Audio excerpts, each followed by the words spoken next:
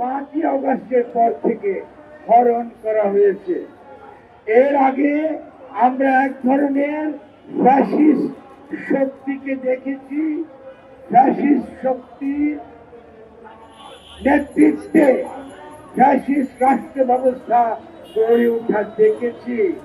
সেটা ছিল সেকুলার, তারা তাদেরকে সেকুলার বলে দাবি করত, জাতিবাদী বলে দাবি করত।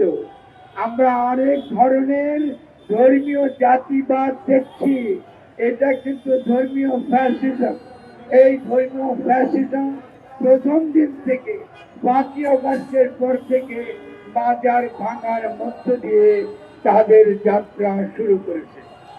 আমরা বারবার এর প্রতিবাদ জানিয়েছি, সরকারকে জানিয়েছি, আমাদেরকে কতল করবারও হুমকি দেওয়া হয়েছে।